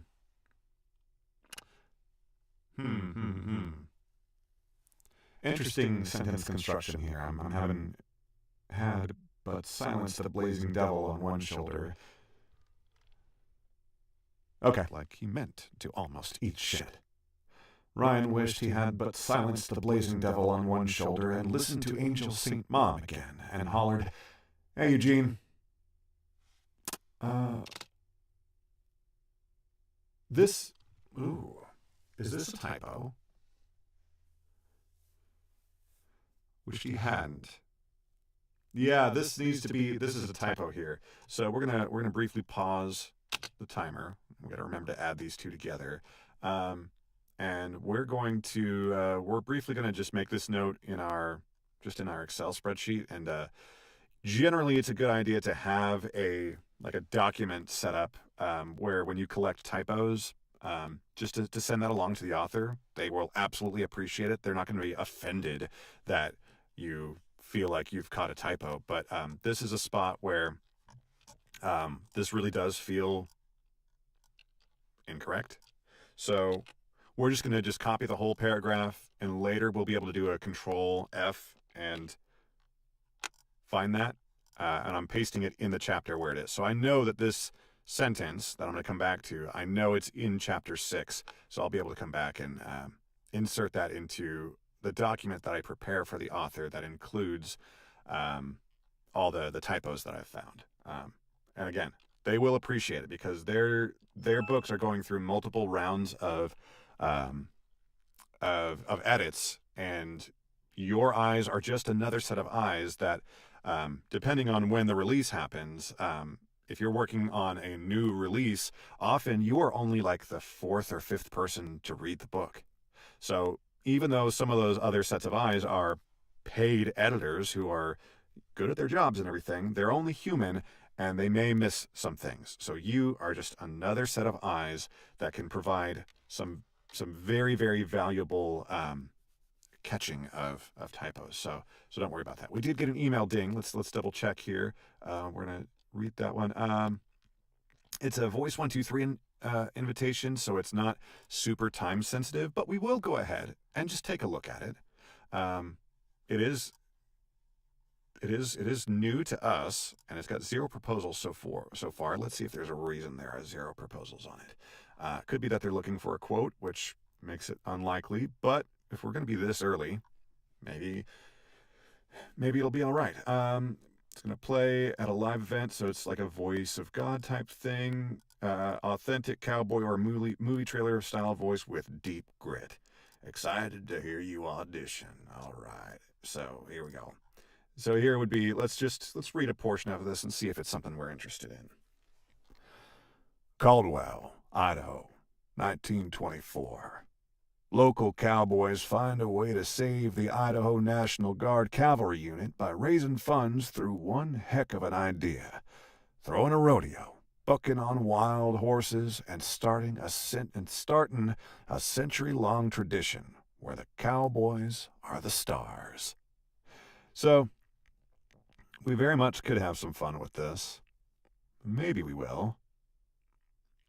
The problem is, again, is this looking for a quote? Like, we don't know if these people are expecting to spend $50 or $1,500. Either of those could realistically be what this client is prepared to spend. We just don't know. So I really wish that Voice123 would force clients to pick at least a bucket. Give us a range. Give us a range within $500 so that we are not shooting ourselves in the foot as far as the algorithm goes. Like, I have to stick to my principle of you do everything in service of the algorithm. And so the two things I could do in service of the algorithm are not to audition or to do what I think is a super low ball. like to submit like $150 quote. But then that might not be lowball to this client. This client might be thinking $150 is way too much to spend. They might be expecting to spend $50. So what I think is lowball, they might disagree, and I'm still screwed. So I'm gonna pass on this. It's such a bummer. Out of all the feature requests across all the different platforms, that's probably my number one. And it's such a simple thing, is force clients on Voice123, instead of just saying looking for a quote. That doesn't help me. Force them to pick at least a bucket. Because this is less than helpful. So we're gonna decline. Or you know what? We'll actually use this and we'll put budget disagreement. For my Voice123 friends, if you're watching, please make them pick a bucket. It's impossible to make an informed decision as talent as far as what you should quote. And if you quote too high, then you're probably screwing yourself in the algorithm. Why should we be punished as talent when it's the client that's just not making a decision? Let's get back to work. Back to the audiobook. Deep breath. Back to the audiobook. Okay. Okay. So we figured out how we're going to read this. We'll go ahead and type it in here. Hadn't. And then a comma. Because now this sentence makes a lot more sense. Ryan wished he hadn't, but silenced the blazing devil on one shoulder and listened to Angel St. Mom again and hollered, "Hey, Eugene, let me give you a lift home." It needs to be hadn't. There's no other way that this construction makes sense, and I think the author will agree with me. He's very, very receptive to sort of like almost a collaborative approach to fixing strange constructions and things that don't logically make 100% sense. And I'm super appreciative of that. This author is just amazing, just super killer to work with. So let's see where we are. Ryan wished he had... Very good. Okay. So let's start our timer again. There we go. Bring the copy up, back into Pro Tools, and here we go. Like he meant to almost eat shit. Ryan wished he hadn't, but silenced the blazing devil on one shoulder and listened to Angel St. Mom again and hollered, "Hey, Eugene." Let's get that yell, that Angel holler. St. Mom again And hollered, "Hey, Eugene, let me give you a lift home." He clumsily waved him off and said, "I don't need no goddamn ride. I can drive just fine." The rest of what came out of his filthy mouth was unintelligible. Ryan shook his head and clenched his fists as his nostrils flared. He inhaled through his nose, pulled in good thoughts, and exhaled the desire to pummel the insufferable bastard. He grit his teeth as Eugene navigated growing puddles with the skill of a drunken martial artist. Let's read that whole sentence again. Pummel the insufferable bastard. He grit his teeth as Eugene navigated growing puddles with the skill of a drunken martial artist, slipping and sliding every few steps before he arrived at his rusted red pickup truck, looking like he'd taken a dip in the big lake. He opened the door, stepped up, slipped, and almost fell again. Once his bony butt settled into the... Let's come back all the way to here. Looking like he'd taken a dip in the big lake. He opened the door, stepped up, slipped, and almost fell again. Once his bony butt settled into the lumpy, weathered seat. Slipped and almost fell again. Once his bony butt settled into the lumpy, weathered seat, he rummaged for keys. He found them, narrowed his eyes, and stilled his swaying head like he was trying to make multiple keyholes become one. After a miss, he found success and slammed the door. He cranked the engine. It sputtered before limping to life. He stepped on the gas. The pickup lurched forward and almost hit another patron in a vehicle. Ryan opened his mouth to warn, but the patron had a middle finger already coupled with choice words for Eugene. The curmudgeon U-turned and splashed a second patron with muddy water. He hit the gas, kicked up mud and gravel, then swerved back and forth to the highway. He turned north without a California pause as his worn tires spun. The Ford fishtailed and disappeared. Pause as his worn tires spun. Let's see here. Where are we? Here we go. Pause as his worn tires spun. The Ford fishtailed and disappeared around a corner. God damn it. What a piece of shit. Fucking Eugene, say goodbye to the... Let's do this as his worn tires spun around the corner. Pause as his worn tires spun. The Ford fishtailed and disappeared around the corner. God damn it. What a piece of shit.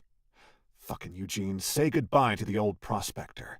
You won't be darkening these doors again, Ryan said as he rubbed his stubbly chin, and Eugene's irritable engine faded into the stormy dim. Said as he rubbed his stubbly chin, and Eugene's irritable engine faded into the stormy din. He hurried to his white F-350, jumped in, and glared at the restaurant through a renewed cloudburst. He thought about Eugene's antics and seethed with tight fists. Fucking Eugene. Fucking Eugene. He couldn't get his goddamn words out of his head because he was partially right. That's what made Ryan's stomach turn every time he saw his old commanding officer on TV, whenever a word was needed from the chairman of the Joint Chiefs of Chaff. Let's go all the way back here. His head because he was partially right. That's what made Ryan's stomach turn every time he saw his old commanding officer on TV, whenever a word was needed from the chairman of the Joint Chiefs of Staff. But the part that wasn't fake was the hole left inside him. He thought about the tattoo on his right arm and the 11 initials inked below the tan beret skull. Got it. Was the hole left inside him. He thought about the tan beret skull that had incorporated a bullet scar in its forehead. Ryan calmed himself, rubbed his lips, then said each name, trying to remember... Scroll, here we go. Then said each name, trying to remember something other than the dead faces for the ones who still had faces. Roderick Williams, Toby Almaraz, Jesus Gonzalez, Riley Jameson, Thomas Jones, Max Iverson, Stan McConnell, Ricky Mendez, Benny Russell, Gino, Stan McConnell, Ricky Mendez, Benny Russell, Geno Simmons, Kyle Wheeler, McConnell, McConnell, Ricky Mendez, Benny Russell, Geno Simmons, Kyle Wheeler. His lips quivered. All he saw was body bags. Damn, I fucking miss you guys, he said, and started weeping. He breathed deep, wiped his eyes and cheeks, then started the engine and headed toward Grayson Highway. I think that's fine. Audiobook narration is a marathon, not a sprint, and so you can't keep redoing legs of the marathon, otherwise you'll never finish. So I'm happy with that engine, and headed toward Grayson Highway. He turned south without looking as his mind wandered. He saw headlights. An orange Jeep swerved and barely missed his truck. The driver continued toward the Howard Creek Bridge. Jeep swerved and barely missed his truck. The driver continued toward the Howard Creek Bridge. Ryan knew the vehicle and the license plate. It was Uncle Mel's, who'd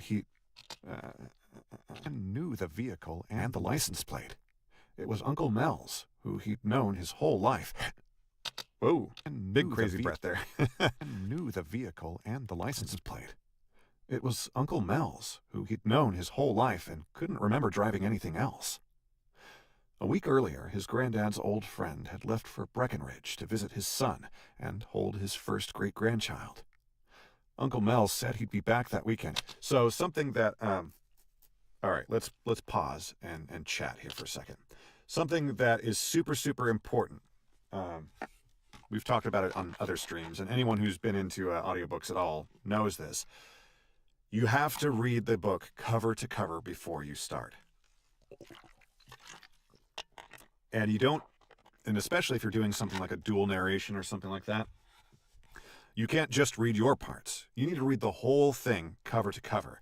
This is important because maybe you can already tell, because there's sort of like this, these lines are soaked in foreshadowing. Uncle Mel said he'd be back that weekend. We know, because we have read the entire book cover to cover, that in a chapter before this that our co-narrator has read, Uncle Mel's already dead. Spoiler alert, Uncle Mel's already dead. And we know that, not because we've narrated it, but because our partner narrated it. But if we were being super lazy and like, well, I'm not going to pre-read, I'm just going to narrate my chapters and be done with it, well, then we would be reading this all wrong. We would be reading this as though like, oh, there's some mystery around it. There's no mystery. Once customers, clients, fans, listeners are listening to this on the Audible app, they already know Mel is dead. So if I'm reading this with like mystery, it's mysterious to the character. It's mysterious to Ryan Mender because Ryan Mender doesn't know that Uncle Mel is dead. But as the narrator, you kind of have to walk this line. And if we hadn't done our job of pre-reading the entire book cover to cover, we would be reading all of this totally wrong.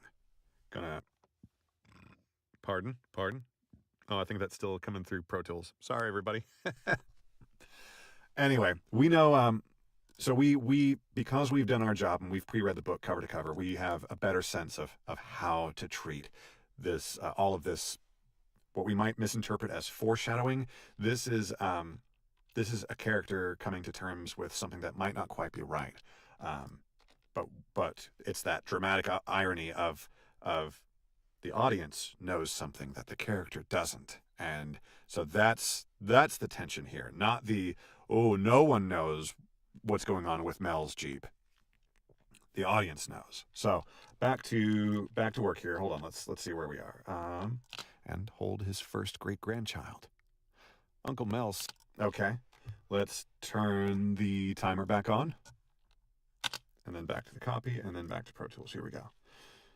And hold his first great-grandchild. Uncle Mel said he'd be back that weekend, but Ryan didn't see where he needed to be in this weather other than at home. Lots of tough consonances. Other than at home. Weather other than, like those the. Weather other than at home. Okay, and hold his first great-grandchild. Uncle Mel said he'd be back that weekend, but Ryan... And hold his first great-grandchild. Uncle Mel said he'd be back that weekend, but Ryan didn't see where he needed to be in this weather other than at home, and home was the other way. He suspected he might be heading to the watchtower, and his guess proved right when Mel turned onto Lake Hotchkiss Road outside town. We're taking breaths where we don't need to. Let's read that whole line again. And home was the other way. He suspected he might be heading to the watchtower, and his guess proved right when Mel turned onto Lake Hotchkiss Road outside town and sped up. Going my way, I see, Ryan said with a sniffly sniffly chuckle. With a sniffly chuckle. Okay, here we go. Hotchkiss Road outside town and sped up. Going my way, I see, Ryan said with a sniffly chuckle and a headshake. Must have pics burning a hole in your wallet. Let's read that again. Ed with a sniffly chuckle and a headshake. Must have pics burning a hole in your wallet. Ed with a sniffly chuckle and a headshake. Must have pics burning a hole in your wallet. But I sure do wish you'd slow down. We ain't going anywhere. We ain't going nowhere. Ed with a sniffly chuckle and a headshake. Must have pics burning a hole in your wallet. But I sure do wish you'd slow down. We ain't going nowhere. Ryan's face tensed. That didn't make sense. Uncle Mel had never visited at night and didn't like to drive in the rain, and especially not in this shit. And since they'd moved to the area, he'd only been out to the watchtower 3-4 times maybe? They told him... Or 3-4 times maybe? They'd told him more than once. Okay. 3-4 times maybe? They'd told him more than once that they wished he'd come out to the castle more often. But why come now when it'd be safer in the morning after church? Ryan felt sick as the Jeep neared Lake Hotchkiss. Melvin was taking the winding curves faster than the vehicle should in the present weather, or any weather. Maybe that's not you behind the wheel. Melvin was never reckless and always drove below the speed limit. That is, unless he was drinking. Yeah, his pops had told him stories about Uncle Mel. But to Ryan's knowledge, he was a teetotaler and had been for years, thanks to Grandpa Edwin, who gave up the drink was a teetotaler and had been for years. Where am I? Sometimes you losers. I'm lost in the sauce. Here we go. Teetotaler and had been for years, thanks to Grandpa Edwin, who gave up the drink years before his fellow commando. If that's not you, then who's driving your Jeep? He asked as the CJ-7 continued along the northwest shore. He slowed and followed at a distance until the Jeep's lights... Let's see, did I stumble here? Continued along the northwest shore. That's fine. Continued along the northwest shore. He slowed and followed at a distance until the Jeep's lights... until the Jeep's lights disappeared. Continued along the northwest shore. He slowed and followed at a distance until the Jeep's lights disappeared around a curve. He wasn't concerned about losing the classic. If it was Uncle Mel, then he would catch up with him at the watchtower and ask what the hell he was thinking driving like a bat out of Breckenridge. And if it wasn't him, and someone had stolen his baby, well, he knew the area, and if the driver didn't, they'd find themselves stuck on one of two dead-end roads or a poorly maintained wagon trail that led to Nutmeg Pass. While the driver had a Jeep, the pass was... wagon trail that led to Nutmeg Pass. While the driver had a wagon trail that led to Nutmeg Pass. While the driver had a Jeep... Oh, come on. Trail that led to Nutmeg Pass. While the driver had a Jeep, the pass was slow and difficult in the best of conditions. Tonight it would be slippery. Come on. Slow and difficult in the best of conditions. Tonight it would be slippery and death-defying. The driver would have to turn around if they didn't get stuck. Okay, here we go. Would be slippery and death-defying. The driver would have to turn around if they didn't get stuck or slide into oblivion, and Ryan knew where to wait in case the driver didn't. There we go. Give yourself a little bit of grace at the end there. All right, so we've got our time. We're at the supposed end of when we usually wrap up the stream, but we're having fun, and we're going to edit what we've got here just to find out what that ratio was. I felt like I was reading pretty decently, and we were pretty focused, not wasting too much time chatting. So just for fun, we're going to go ahead and edit what we've got here. First, though, we have to add all of these times together. So that's kind of annoying.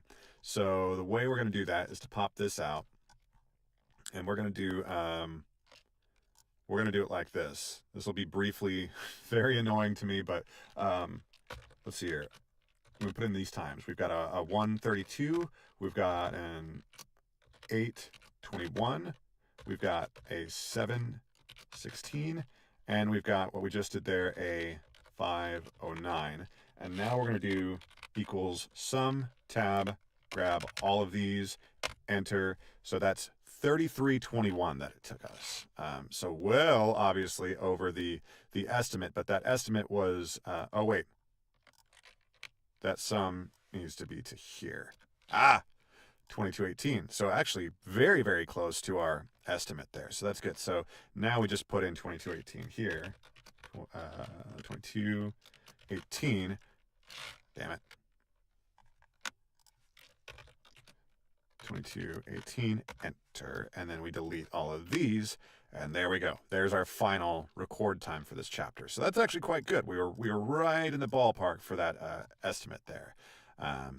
Let's take a look at the edit time. I would estimate that we're going to be right around 3 minutes for this edit. So we'll find out if that's accurate or not. The edit time estimate seems to be as inaccurate. Come on, will you please nest into this? Thank you. The edit time seems to have a high variance, while the the record time has a high variance, whereas the edit time seems to be pretty accurate, generally speaking. So we are going to, we're going to be recording here. Okay, we want to be ready. So we're actually going to copy the 2 seconds of silence. So once again, we've got a header. We're reading like a date, a place, a setting. So this here is our header. This here, it's a little bit chopped off, but this here is me saying the name of the chapter, which in this book is simply a chapter number. So this will be me saying 6, and then here's the setting, and then here is the narration. So we'll see, I've got my room tone snippets here that I will be grabbing, and it's a set system, a process that I have that's the same across every book that I do. And so you'll see why having a set process makes things go so fast. So we're going to go ahead and pre-make this little cut here. I'm actually going to, there we go. So you won't be having the phasey, chorusy, dual audio there. So let's head over here. We're going to hit space to start a new timer. And then we're going to zoom through this edit. So we're going to hope for 3 minutes. We'll see if we can beat that. Here we go. I'm dragging my 0.75 here. There's the 6. There's that. I am pasting in 2 seconds of silence there. Here, I'm pasting in 2 seconds of silence. And now I'm tabbing. Every time I hit tab, it jumps forward to the next edit point. And I am just manually dragging the boundaries. And because we did punch and roll, this is it. Once we're done with this process, this chapter is edited. It is done. If we had done the clicker method or something like that, we would be in a whole world of hurt here, having to like visually spot where the clicks are and then manually adjusting the boundaries like we are here. But we would have to then listen to every one of those boundaries to make sure that the gap is appropriate. Whereas here, because we did punch and roll, the way that we do it, we kind of respect the pace as we move through, so that if we just cut a similar amount on either side of these, we can feel confident. See, look at that. It's still good there. So we're going to actually drag all the way up to there to about there. We can feel confident that everything here is good to go. So we only listen if there is a weird spot. If we did something weird in the punch and roll process, then yeah, we will listen and make sure that the edit sounds right. But otherwise, we don't have to listen. And that greatly reduces our edit time. And for folks out there like, well, then how are you going to catch your own mistakes? We use positron to proof, and that'll be the next step in this project process, is to proof on positron. Briefly paste that so that I've got access to the 3. Hit stop here. 2 minutes. We are good. We're going to go ahead and we're going to apply our crossfades, and we're going to go ahead and bounce this out actually and drop it into positron and just see how we did. There we go. Chapter 6 going out. Let's jump into here. 2 minutes. Let's go ahead and enter that in and see what that does for our ratio.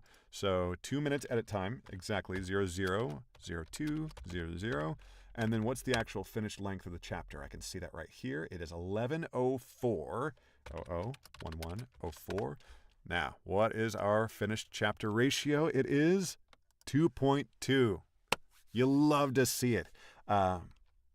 And the reason that was such a good ratio compared to the last couple chapters we did, mainly, it looks like, is due to the booth ratio being right at 2 to 1. And then obviously our edit ratio is awesome as it always is, but there's not a lot you can shave off once you start to get your ratios down to a certain point. So I can't realistically get much faster than I am on the edit. So anytime I'm improving my my ratio, it's going to be coming from the booth, from the recording. So like I said, I felt like we recorded that pretty well. I felt like we weren't stumbling too much. So a 2 to 1 on recording, I'm super happy with that. Now let's head over to Positron. Really need to have a bookmark set up here. Let's Okay, we are logged in. We are in Accidental Healer. Oh, wow. This this website does not like being in a small window. Oh, it's because we're zoomed in, aren't we? Yeah. There we go. So let's go here, and we're going to open our output folder, and we're going to drag in chapter 6. And that's going to take a moment. We may or may not do the pickups that are a result of this. Maybe tomorrow. Yeah, that's what we're going to do. Since we're already over time on the stream, we're just going to let this finish out. And then tomorrow, when we finish all of our normal voiceover type work, when we get into the audiobook work part of tomorrow, we will come over to Positron and start there. And we'll start the day with, okay, what does the proofing process look like? And what does the pickup process look like? Assuming that we do have some pickups. We got pretty lucky yesterday during the stream. It was only, 5 or 6 minutes worth of audio, but we got 0 pickups on that, which is like, great. But I imagine in 11 minutes, we're going to have at least one pickup. So we will discover if that's the truth, and we'll start with pickups tomorrow. Man, this was fun. This felt like a good day. We got some work done. We got some auditions in. We had some folks stop by to chat, so that's great. So thanks for everybody who stopped by. If you leave a comment on YouTube, I will respond. These videos only live on Twitch for about a week, and then they disappear. They're gone forever from Twitch, but they will live forever on YouTube. So at any point, so hello to everyone watching this, 5 years from now in the future. Most of the information presented here is probably way out of date, but hopefully it's still helpful in some capacity. But if you do leave a comment, and it's not 5 years in the future, then I will do my best to respond to those comments. So thanks for stopping by. I hope that you had some fun. I know that I did. This has been a great time. So I want to say we'll see you tomorrow, same time, 2 p.m. Eastern, and we'll get some work done. All right. Thank you all so much. We'll see you again. Cheers.